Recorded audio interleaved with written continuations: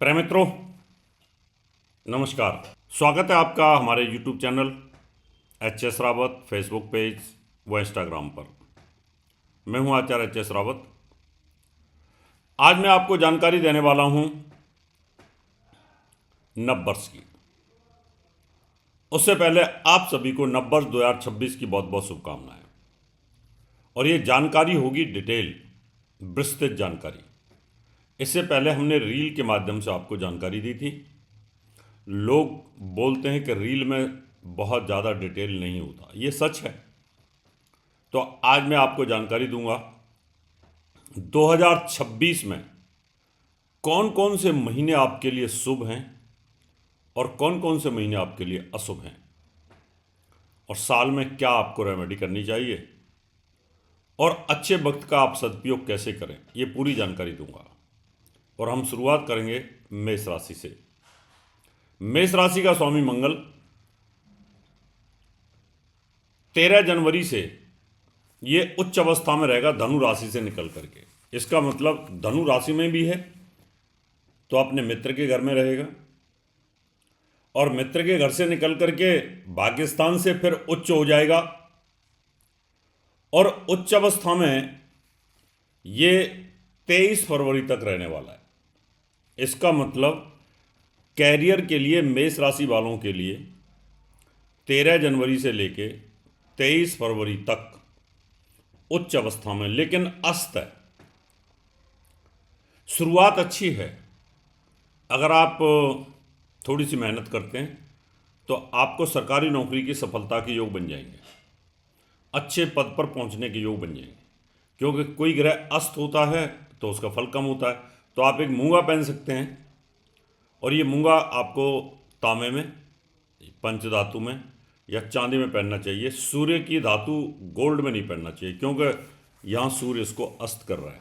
और सूर्य को आप जल चढ़ाएं, सूर्य के मंत्रों का जाप करें, तो आपकी शुरुआत जनवरी से बहुत अच्छी हो रही है।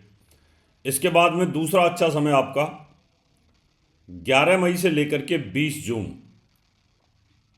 यहाँ मंगल स्वराशि में रहेगा, रुचक नाम का महापुरुष राजयोग बनाएगा। ये बहुत अच्छा है, यानी शानदार योग है। यहाँ पर मई से लेकर 20 जून के बीच में फिर दोबारा अगर आप अपने व्यापार और जॉब के लिए ट्राई करते हैं, अच्छे काम की शुरुआत करते हैं, तो आपके लिए बहुत अच्छा योग है। यहाँ भी आप मूंगा पहन सकते हैं, लेकिन ये ध्यान रखें कि जो शादी करना चाहते हैं या शादी जिनकी होने वाली है, तो यहाँ मंगल का प्रभाव स्ट्रांग होता है, तो लड़कियों को मूंगा नहीं पहनना चाहिए। तो ये पीरियड भी आपके लिए बहुत अच्छा आ रहा है। अब हम बात करेंगे दूसरे अच्छे समय की, कि 12 नवंबर से लेकर के साल के एंड तक, दिसंबर एंड तक, यहां मंगल सिंह राशि में भ्रमण करेगा। साल की शुरुआत में भाग्यस्थान से भ्रमण कर रहा है। साल के मध्य में मई से जून के बीच में लगन में कर रहा है, आपकी राशि में कर रहा है, और फिर आपके संतान भाव पर और एजुकेशन के स्थान पर। जो बच्चे पढ़ रहे हैं, जो इंजीनियरिंग की पढ़ाई कर रहे हैं, टेक्निकल पढ़ाई कर रहे हैं, सर्जरी की पढ़ाई कर रहे हैं, उनके लिए बहुत ही अच्छा योग बनता है। तो इसका मतलब 1-5-9 में मंगल की स्थिति बहुत स्ट्रांग है। साल के एंड तक मंगल फिर बहुत अच्छा रहेगा। ये तो रही अच्छी अच्छी बात। अब मंगल की कुछ अशुभ चीज़ें भी बता देते हैं। 23 फरवरी से लेकर 10 मई और 1 अप्रैल से और फिर 2 अप्रैल से, यानी 23 फरवरी से लेकर के 10 मई के बीच में, इस बीच में मंगल और राहु की युति होगी। मंगल और राहु की युति में अंगारक योग बनेगा, जो गर्भवती महिलाओं के लिए अच्छा नहीं है और आपके काम कारोबार के लिए भी अच्छा नहीं है। मेष राशि से 12वें भाव में शनि का मूवमेंट रहेगा पूरे साल तक। फिर उसके बाद में यहाँ 2 अप्रैल से 10 मई के बीच में यहाँ पर मंगल और शनि की युति रहेगी 12वें भाव में।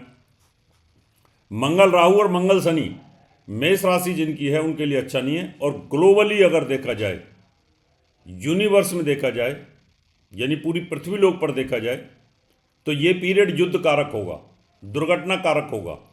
2 देशों में फिर युद्ध भड़क सकता है, ऐसी सिचुएशन पैदा हो सकती है। तो इस समय में बचाव करने की आपको आवश्यकता रहेगी, जिससे कि हम इस बुरे वक्त को निकाला जा सकता है। अब हम एक और पीरियड बताएंगे आपको जो बुरा है, वो है 18 सितंबर से लेकर के 12 नवंबर तक। ये 54 दिन का है। यहाँ पर मंगल नीच अवस्था में रहेगा। समय नोट कर लें, 18 सितंबर से लेकर के 12 नवंबर तक यहाँ मंगल नीच रहेगा आपकी राशि से चौथे भाव में, जो आपको हेल्थ इशूज क्रिएट कर सकता है, आपको तकलीफ दे सकता है, आपको परेशानियाँ दे सकता है।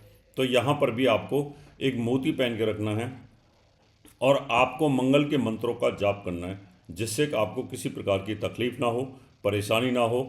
ये रहा बुरा और अच्छा वक्त। इसके अलावा कुछ और प्लैनेट भी हैं आपके लिए जो बहुत अच्छे हो सकते हैं। अब हम बात करेंगे आपके लिए सूर्यदेव की। आपका जो सूर्यदेव है वो एजुकेशन का लॉर्ड और संतान का लॉर्ड होकर के वो 14 अप्रैल से लेकर 15 मई के बीच में 1 महीने के लिए उच्च रहेगा। यहाँ पर भी आपके लिए बहुत टॉप का बनता है।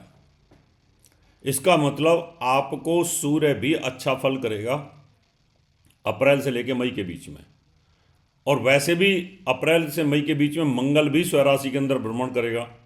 तो ये योग बहुत ही अच्छा योग है यहाँ पर। तो अगर आपकी सूर्य की दशा चल रही तो माणक पहन सकते हैं। ये उच्च अवस्था में रहने के कारण आपकी एजुकेशन, आपको पुत्र सुख, संतान के सुख की प्राप्ति, उसके लिए बहुत अच्छा रहने वाला है। और सूर्य यहाँ पर फिर नीच होगा, जो आपकी पढ़ाई में थोड़ी सी दिक्कत पैदा कर सकता है। वह 17 अक्टूबर से लेके और 16 नवंबर के बीच में, इस बीच में नीच हो जाएगा। अगर कोई एग्ज़ाम वगैरह आपने देना है, विदेश यात्रा करनी है, संतान को कहीं भेजना है, इधर उधर भेजना है, तो वहाँ थोड़े से बचाव करने की आपको आवश्यकता है, क्योंकि वहाँ आपका पंचमेश नीच रहेगा। और आप स्वयं पढ़ रहे हैं तो आपकी पढ़ाई के लिए अच्छा है। गर्भवती महिलाएं तो उनके लिए भी बहुत अच्छा नहीं रह सकता, यहाँ पर थोड़ी सावधानी बरतनी पड़ेगी। एक पीरियड और है 17 अगस्त से लेकर के 17 सितंबर। जो कंसीव करना चाहते हैं, चाइल्ड कंसीव करना चाहते हैं, उनके लिए बहुत अच्छा है, क्योंकि सूर्य इस समय स्वराशि में पुत्र सुख देता है। तो ये सूर्य की स्थिति रहेगी। अब हम बात करते हैं बाकी के और आपके गुरु की। गुरु 1 जून से लेकर के और 31 अक्टूबर तक, और 31 अक्टूबर से एंड तक यानी 1 जून से 31 तक उच्च रहेगा। और आपके यहाँ पर हंस नाम का महापुरुष राजयोग बनेगा। आपके सुख साधनों के लिए बहुत अच्छा है। इस पीरियड में आप मकान, गाड़ी, भूमि, जायदाद कुछ लेना चाहते हैं तो बहुत शानदार योग है। शनि पूरे साल आपके 12वें भाव में भ्रमण करता रहेगा। कोर्ट कचहरी से आपको बचाव करने की ज़रूरत है, क्योंकि शनि की 7.5 पूरे साल आपके ऊपर चलेगी, और ये 7.5 आपके सिर के ऊपर रहने वाली है। 12वें भाव का शनि है, तो ये आपके लिए बहुत अच्छा नहीं है, तो यहाँ ध्यान रखना है। और पूरे साल 11वें भाव में आपका राहु रहेगा। राहु अच्छा है। केतु आपके 5वें भाव पे रहेगा। केतु सूर्य की युति आपकी अगस्त में रहने वाली है, अगस्त और सितंबर में। तो यहाँ थोड़ा सा ध्यान करना है, हार्ट से संबंधित तकलीफें हो सकती हैं। उस समय आपको सूर्य के मंत्रों का जाप करना है, और साथ में सूर्य को जल भी चढ़ाना है। और एक काम और करना है, जब सूर्य नीच का होगा उस समय अक्टूबर से नवंबर में, उस समय ये उपाय करना है। और जब सूर्य स्वराशि में केतु के साथ युति करेगा उस समय माणक पहनना है और केतु के मंत्रों का जाप करना है। तो ये स्थिति आपने देखी कि यहाँ पर राहु और केतु का जो एक्सेज है वो आपके 5वें भाव और 11वें भाव में दिसंबर तक रहेगा। दिसंबर एंड में जाकर के ये चेंज हो जाएंगे। 5 दिसंबर से राहु और केतु चेंज हो जाएंगे, तो एक बहुत पॉजिटिव योग आपके लिए बन जाएगा। तो ये था पूरे साल के शुभ, अशुभ और अच्छे वक्त का प्रेडिक्शन, फलादेश मेष राशि वालों के लिए। मेष राशि के शनि की 7.5 का प्रभाव है। शनि का मंत्र ओम सम शनिश्चराय नमः, ये मंत्र जाप आप कर सकते हैं। शनि को पूरे साल तेल चढ़ा सकते हैं।